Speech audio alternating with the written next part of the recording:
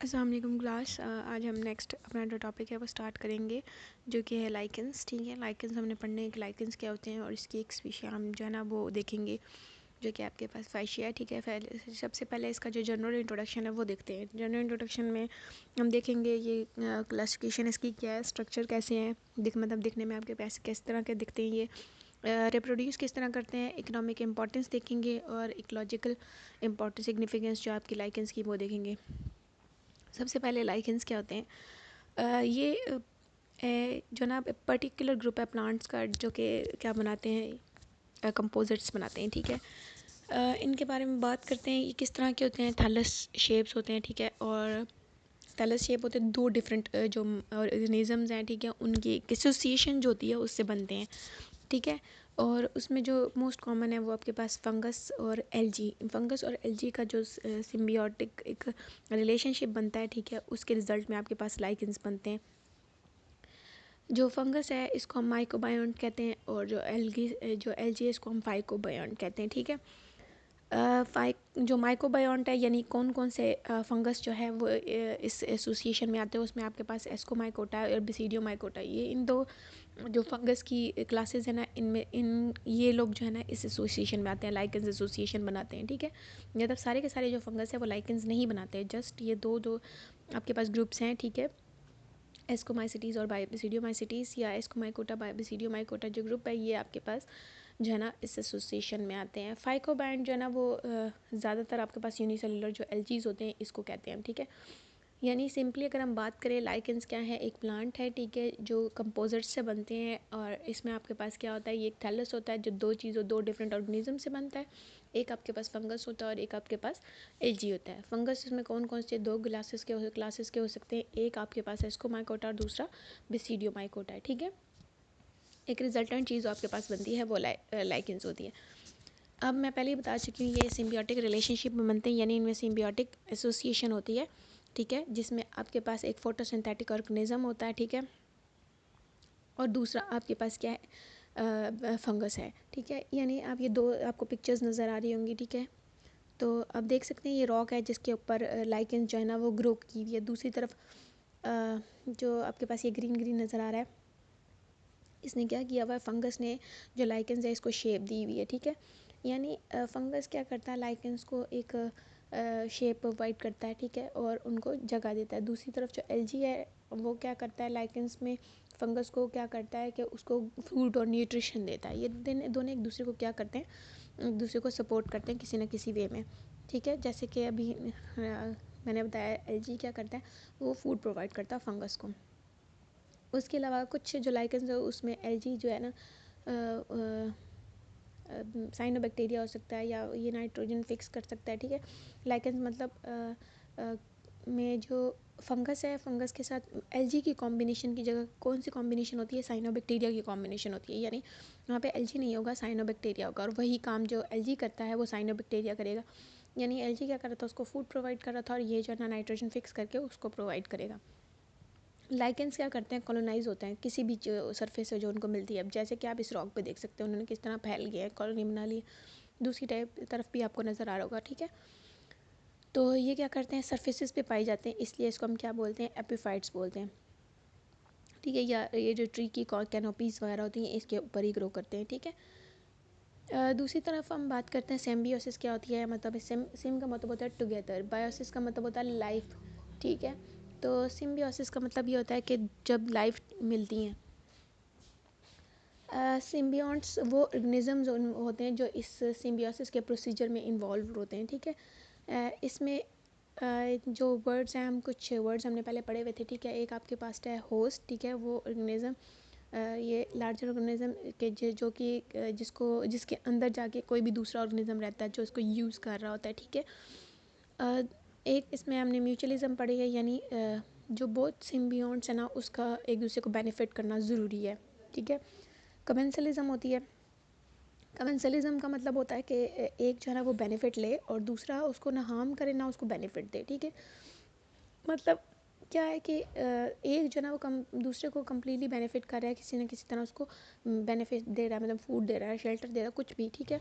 लेकिन जो दूसरा उसका जो पार्टनर है वो उसको ना तो हार्म कर रहा है ना उसको किसी तरह से हेल्प कर रहा है। पैरासिटिज्म क्या होती है, ये भी एक सिम्बियोसिस का प्रोसीजर है। लेकिन इसको पैरासाइट्स क्यों बोलते हैं, क्योंकि ये क्या करता है, जो ये अपने होस्ट के, जो भी आपका जो पैरासाइट है वो अपने होस्ट के एक्सपेंस पर रह रहा होता है, यानी उसको कम्प्लीटली यूटिलाइज़ कर रहा होता है, उसकी मशीनरी यूटिलाइज़ कर रहा होता है और उसको इन्फेक्ट कर रहा होता है, उसको बेनिफिट नहीं करता। ये कुछ सिम्बियोसिस के प्रोसीजर्स थे, ठीक है। अब हम बात करते हैं लाइकेंस की। इसकी तकरीबन 16,000 स्पीशीज़ जो है ना वो लाइकेंस की नोन है, ठीक है। जिसमें बहुत सारे कंट्रास्ट में ये पाए जाते हैं, जिसमें लाइकेंस फंजाई और इसके साथ photosynthetic partner, hundreds of photosynthetic partners जो है वो इसके साथ एसोसिएशन बनाते हैं। इसमें दो तरह की चीज़ें, एक है ऑब्लिगेट और एक है नॉन ऑब्लिगेट, ठीक है। नॉन ऑब्लिगेट में आपके पास क्या होता है, ये इस तरह का सिम्बियोटिक रिलेशनशिप है जिसमें आपके पास क्या होता है कि जो एलगी है ना वो फंगल गैस के साथ आइसोलेशन में रहता है, ठीक है। और इसमें जो जूअर स्पोर्स हैं या जो क्या कहते हैं एलगी का जो रेस्टिंग स्टेज है, ठीक है, उसमें कोई जूअर स्पोर या गमीट प्रोड्यूस नहीं होते, ठीक है। जबकि अगर इस सिम्बियोटिक रिलेशनशिप में उनको अगर हम क्या करें कि अगर हमने इनको प्रोड्यूस करवाना है तो हमने इनको कल्चर करना होता है बाहर की तरफ, किसी और जगह पे कल्चर करना होता है, जैसे कि लैब वगैरह पे। जबकि सिम्बियोटिक रिलेशन अगर ऑब्लिगेट हो, ठीक है, तो आप क्या कर सकते हैं, आप इसे लेबॉर्ट्री कंडीशन में ग्रो करते हैं, मतलब माइसीलियम लिया आपने, ठीक है, फंगस का, और उसको आपने लेबॉर्ट्री कंडीशन में ग्रो कर दिया, ठीक है। लेकिन इसमें कोई लाइकन का कोई स्पेसिफिक जो थैलस स्ट्रक्चर जो हम देखते हैं ना वो प्रोड्यूस नहीं होगा, ना ही कोई फ्रूटिंग बॉडी डेवलप होगी। लेकिन जो कि ऑब्लिगेट नहीं है, ठीक है, जिसको कोई स्पेसिफिक कंडीशंस नहीं चाहिए, वो एक दूसरे के साथ आइसोलेशन में रह सकते हैं, मतलब उनको अगर कोई कल्चर कोई कुछ चीज़ आपने प्रोवाइड नहीं ना की हुई तो वो फिर भी एक दूसरे के साथ रह सकते हैं, ठीक है। अच्छा जी, ओल्डेस्ट सबसे पुराना जो फॉसिल लाइकन है जो कि देखा गया था, ठीक है, वो 40 मिलियन ईयर्स पहले देखा गया था फ्रॉम 904, ठीक है। मतलब 400 मिलियन ईयर्स, ये बहुत पुरानी बात है जब फर्स्ट लाइकन को क्या डिस्कवर किया गया था ऑन द अर्थ सरफेस, ठीक है। अच्छा जी, बात कम कर रहे थे सिम्बियोसिस की। लाइकन्स में यूनिक सिम्बियोटिक रिलेशनशिप होता है, ठीक है। जितना भी हम बाकी जो कंपोनेंट ऑर्गेनिजम्स देखते हैं ये इससे काफ़ी डिफरेंट बिहेव भी करता है और इससे दिखता भी डिफरेंट है, ठीक है। और इसमें जो लाइकेंस है ना, इनके जो नेमिंग हमने की गई है ये डिफरेंट है कि इनकी स्पीशी और जेनरा जो इनके साथ रिलेट करता है उसके हवाले से की गई है, ठीक है। फंगस का मैंने पहले आपको बताया, इसको हम माइकोबायंट कहते हैं, या एलजी या साइनोबैक्टीरियम जो इसके साथ अटैच होता है उसको हम फोटोबायंट कहते हैं या फाइकोबायंट कहते हैं, ठीक है।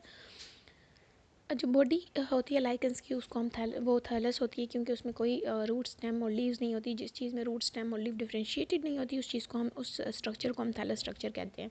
4 कैटेगरीज में इसको डिवाइड किया गया है लाइकन्स को। एक आपके पास है फोलियोस लाइकन, एक फ्रुक्टोज लाइकन, फ्रुक्टियोज लाइकन, दूसरा है स्क्वेमुलोज लाइकन और तीसरा है क्रुस्टोज लाइकन, ठीक है।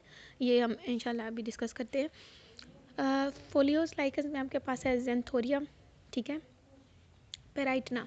ये ग्रो करता है सरफेसेस पे, किसी भी कंक्रीट के सरफेसेस पे जिसमें आपके पास रॉक्स आ जाती हैं, ठीक है। जो कि ये आपके पास सी सरफेसेस के साइडों पे पाई जाती हैं, ठीक है।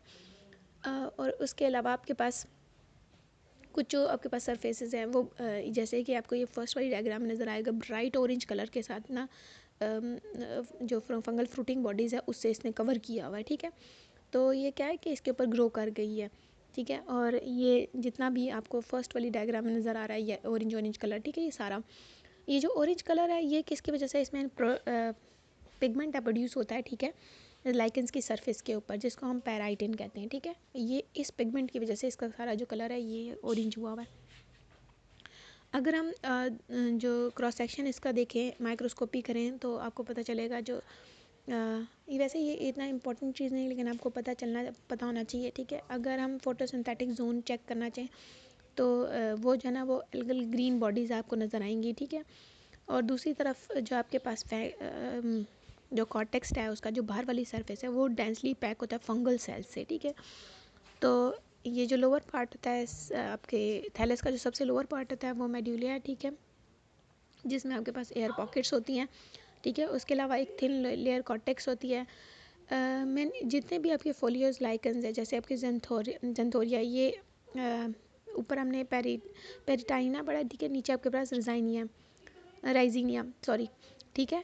ये क्या करता है, ये आपके पास सर्विक्स में जो है ना क्या करता है, पेनिट्रेट कर जाता है, और ये क्या करता है, उसको किसी भी सरफेस के साथ हेल्प करता है एंकर होने में, यानी अपने जो इसने रॉक वगैरह यूज़ किया, जिस रॉक के ऊपर ये ग्रो किया, ठीक है, उसके सर्विसेज में जो है ना ये क्या कर जाएगा, इन्वेट कर जाएगा। इन्वेट क्यों करेगा, ताकि ये उसके साथ अच्छी तरह अटैच हो सके। लाइकन्स की जो क्लासिफिकेशन है फंगल कंपोनेंट के बेसिस पे, वो क्या है आपके पास, एस्कोलाइकन है जिसमें आपके पास एक है आपके पास जिम्नोकार्पा और एक आपके पास है पायरिनोकार्पी, ठीक है। दूसरी आपके पास है बेसिडियोलाइकन्स, ठीक है, इसमें आपके पास सेक्सिकोलस है, कॉर्टिकोलस है और टेरिकोलस है, ठीक है। एस्कोलाइकन्स फंगल पार्टन जो इसका पार्ट है ना, क्योंकि मैंने आपको बताया एस्कोमाइकोटा से ये यूज़ करते हैं, फंगल जो कंपोनेंट आता है, और दूसरा आपके पास मेसिडियोमाइकोटा से आता है, ठीक है। तो ये इसको हमने एस्कोलाइकन क्यों कहा, क्योंकि एस्कोमाइसिटीज से आ रहा है। जिम्नोकार्प में क्या होता है, एस्को जो कार्प होता है इसका वो एपोथिकम होता है, ठीक है। पायरिनोकार्प में एस्कोकार्प जो होता है वो पेरीथिकम होता है, ठीक है। मतलब इतना सिर्फ फ़र्क है, एक में एपोथिकम है और दूसरे में पेरीथिकम है, ठीक है। दूसरी जो कंडीशन आपके पास है वो बेसिडियोलाइकन्स की है, यानी इसमें जो फंगल पार्टनर आ रहा है वो कहाँ से आ रहा है, बेसिडियोमाइकोटा से आ रहा है, ठीक है। इसकी जो क्लासिफिकेशन है वो इसके हैबिटेट के अकॉर्डिंग की गई है, यानी सेक्सिकोलस कौन सा है, जो कि रॉक्स और स्टोन के ऊपर ग्रो करता है। कॉर्टिकोलस यानी जो ट्रीज़ की बाग के ऊपर ग्रो करते हैं, ठीक है। और टेरिकोलस कौन से हैं, जो कि सॉइल के ऊपर ग्रो करते हैं, यानी टेरेस्ट्रियल एनवायरनमेंट में ग्रो करता है, ठीक है।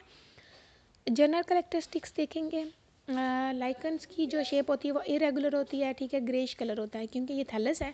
तो मैंने पहले ही बताया था, इसमें कोई आपके पास फ्रूट स्टेम लीव्स और रूट्स नहीं होंगे, ठीक है। इनके कलर्स डिफरेंट होते हैं, येलो, ऑरेंज, ब्राउन, रेड, ठीक है, और इसकी काफ़ी डाइवर्सिटी पाई जाती है। और ये मैं पहले बता चुकी हूँ, इसका क्रुस्टोस, फोलियोस, फ्रुक्टोस, और तीसरा आपके पास क्या आता है, स्क्वेमलकोस, जो आपकी कंडीशंस हैं इसमें इनको डिवाइड किया गया है, ठीक है। क्रुस्टोस लाइकन की बात करते हैं। इसका जो थैलस होता है वो इनसिग्निफिकेंट होता है, जैसे कि आप साइड में देख सकते हैं, ठीक है। और फिर आपके पास जो ये जो है ना बिलोंग करते हैं